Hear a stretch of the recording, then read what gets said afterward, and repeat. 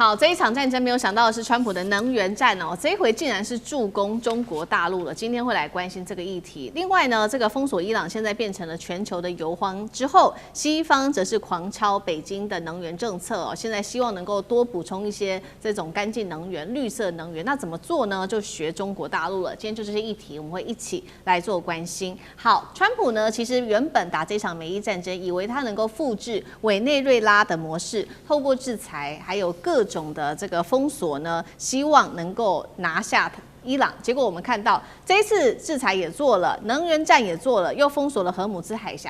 結果發生什麼事情了呢？就是沒有辦法掌握到伊朗的能源命脈就算了，伊朗的石油出口還因此增加了。我们來看到真正的一個實際數據，光是過去2個月的時間，沒有想到伊朗的石油出口量比去年竟然高出了26%，這是針對於石油的部分。另外一方面是海上的浮艙原油囤貨也非常的高，囤積現在來到了1.6億桶。再來就是看到伊朗還是持續的向外，它可以去運送它的石油的，透過的就是混油，還有呢走私規避制裁，結果石油的銷量現在說呢不減反增呢。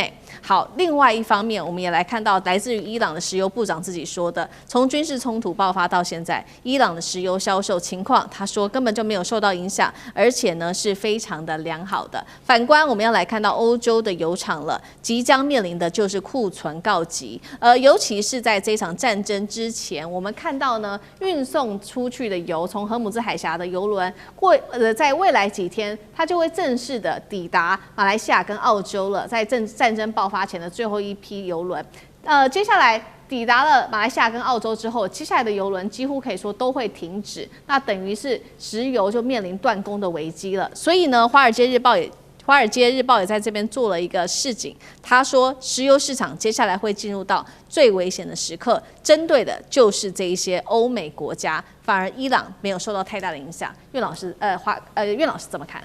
我告訴大家，為什麼打起仗來，伊朗的油反而好賣了？道理非常簡單，因為呢，大家要了解，一打起仗來，在事前就很多人警告，就是說伊朗的王牌就是控制或是封鎖荷姆茲海峽。那麼大家要了解啊，这個我用一個比方啊，因為伊朗說每桶油收1塊錢，每一艘船的話就是200萬桶油，你知道那個油輪有多大？然後呢，荷姆茲海峽的話呢，有任何事情，伊朗現在就直接針對於所有的油這邊開一炮啊，大概就是這個以色列或者是說什麼其他國家的這個油輪就挨炮了以後，當天就有上千艘啊，你知道那個是全世界30%的這個油要經過的荷姆茲海峽就不敢動了。為什麼？因為油輪本身有這個壓力啊，他們有保險啊，他們有安全啊，有這種問題都不敢動。那邊累計，據說目前為止已經累積到了3000艘大型的油輪出不來。那伊朗現在的話呢，就講說你原來要制裁我，對不對？那我自己的輪當然可以隨便去的，你要不要買？啊，所以這個是油量就因此而增加了，這是第一個。那麼歐美地區的煉油廠是快撐不住的原因，很簡單，就是沒油進來啊，對不對？你剛剛只提到了澳洲跟到了馬來西亞，就沒有說繞過去這邊的，對不對？而且現在有個更大的威脅啊，就是說是胡塞武裝的話，胡塞是個叛軍啊，他們也會針對紅海的曼德海峽也要來啊。那沙特的話就非常緊張啊。那這樣的搞下來的話呢，這些國家整個世界的經濟大亂。所以你剛剛講到說油價可能會上漲到170啊。我跟你講，我跟人家打賭啊，那個跟我打賭的人講說是200沒問題，哇！我一看嚇了一跳，對不對？說句良心話，我們現在生活當中處處都要依靠石油，石油不是單純的就是說是加油而已啊，你還涉及到一大堆，包含你的肥料，包括你的生活，塑膠袋穿的用的什麼一大堆啊，對不对？你在這種情況之下的話，你到伊朗目前為止的話，你被打垮了，真的是全球經濟。所以我說這一場戰爭打到現在這種結果，就大家都意想不到的，就所有人都受害人。所以這也是為什麼我要講川普啊，對吧？又笨又壞啊，然後又無知又無恥又無能。對，好，所以這場戰爭打到現在，可以說全球經濟一起賠賬之外，特別我們看到，那剛剛講的這些能源問題，接下來要怎麼解決呢？沒有石油嘛，石油不夠。那其實呢，受到影響的許多國家還是川普非常重要的這些盟友，不管我們這邊提到的英國、法國，或者是南韓、日本、德國等等，現在他們就提出來說，沒關係，那我們來做這個清潔能源的轉型好了，重點領域就會放在太陽能啊、儲能電池、高壓電網等等，剛好都是中國大陸多年來一直在推行要做的这個產業方向。那外媒就形容啦，這一波這些國家做的事情，等同就是全面的抄襲中國的作業。紐約時報乾脆也就做了一個評論，他說中東戰火一燒，全球更離不開中國，是這樣嗎？那華淦哥怎麼看？川普這一波操作被視為是幫了中國一把，你怎麼看？你如果在情勢繼續這樣發展下去的話，中東的戰火它不能夠停的話，你看世界各國，尤其是大國啊，你看歐洲的主要国家，他們就發現說完蛋了，你知道嗎？開戰44天以來，你知道我們多花了能源多少錢嗎？220億歐元，不是美金哦，歐元哦，相當於多少錢？220億歐元是台幣8200億啊！天哪，快跟我們的軍購一樣了，1.25兆一樣了。所以光是44天花那麼多錢，所以馮德萊恩講一個這個風涼話，他說什麼？最便宜的能源就不要用啊！不要用是什麼意思？拜託啊，大姐，你現在講的是什麼話？你要讓普羅老百姓都能夠聽懂，就大家不要用嘛，不要用就最便宜的，能夠不用嗎？所以他的意思是很無奈，他的無奈就透露出一個什麼情況，就是說我們沒有能力去阻止戰爭，我們沒有辦法改變川普的想法，那全球就受害，全球一起受害。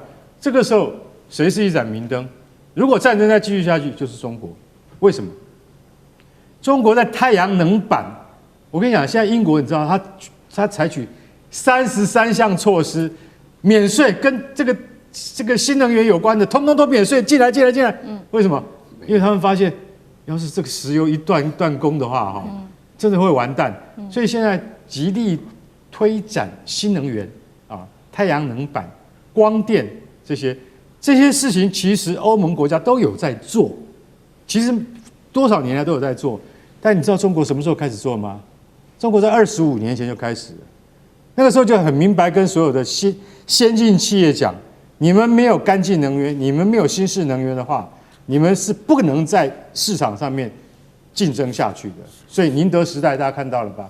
還有比亞迪它現在已經是全世界電池的王牌跟牛耳了，它已經直起牛耳到現在，是為什麼？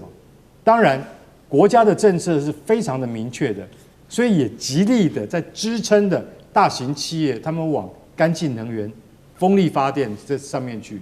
所以它的電網，我跟你講，現在我跟你講，它在新疆那個電網啊，我跟你講，你在那邊看哦，你絕對不曉得說新疆一片就是說這個沙漠風景很秀麗，對不對？它那個電網一連起來啊，它可以暫時可以提供至少上億人的那個生存的所需。很可怕，它可怕到這種地步，而且大陸啊、中國的這些電網、這個變壓器啊、儲能電池這些設施，就是說它的建制成本會比歐盟要少掉1/3那麼多，所以大家現在就要開始學中國了。你不能不學中國，為什麼？一樣的東西啊，我的這個價錢啊，你的是什麼價錢？對不對？以前是用抄的，用學的，現在東西是一樣的。尤其是電動車，光看電動車你就知道中國能源的進步到什麼地步。所以今天大家都已經想了，完了，戰爭繼續打下去的話，大家都要背着包包去北京取經了，請習近平主席幫忙吧。对，所以這一場戰爭到現在被視為說，現在是不是就以能源來說，最受惠的反而是中國大陸，這是第一個國家。第二個還有俄羅斯，就是現在有歐洲被迫走向的2條路。剛剛講的說中國大陸之外，就是學中國模式嘛，做這個綠色能源之外。第2條就是說，要不然乾脆回頭跟俄羅斯買油好了。匈牙利現在就改採了這樣子的一個策略。那我們來看到歐盟執委會主席馮德萊恩最近講了一句話，讓民眾氣炸了。他說，最便宜的能源就是都不要用，代表現在歐洲國家確實是很缺能源。那張建老師怎麼看？美國引發的能源的危機會不會加速來歐美之間更破裂？你怎麼看？我基本上來講，我要提醒，其實有很多人雖然很看好中國大陸或者怎麼樣發展的勢頭，但是在北京的戰略謀士們其實態度是相當冷靜跟保守。跨大西洋的同盟啊，它關係啊盤根錯節啊，其實是具有幾十年關係。儘管跨大西洋之間的這個同床異夢也不是始至今日，相互的矛盾也是這個就是存在，在消息面上的矛盾明顯浮現，但是呢，基本盤的結構並未衝動，所以呢，這個中國大陸的戰略謀士跟規劃並沒有沖昏了頭。這個在歐洲的眼光看美國是一個無法擺脫的討厭鬼，但是呢，在美國去看歐洲呢，它是無法戒除的成癮物，所以他們之間的關係還是會存在。但是各項的統計數字，這個無論是經濟的往來、金融的這個連結，所以中國大陸這個有很多人確實在網絡諸軍之中是沖昏了頭跟樂昏了頭，但是呢，真正主宰國家大計的還是非常冷靜。持盈保泰，腳步走穩，那個才能走得長久。他不會說聽到一些消息，然後就這個心癢癢，隨着消息起舞。這個自己強，自己有實力，這個才是真正要做。我覺得這一點的看法跟一般的消息面，我每次跟人家講說，其實中國大陸並沒有那樣子高興樂昏的頭，他反而是很冷靜一切都要問自己，我能不能把自己的實力做強，自己實力不做強，你講別人看着別人這樣子，那一點點我們好像超前了就樂滔滔，那個態度是不對的。好，謝謝張軍老師，謝謝老師們。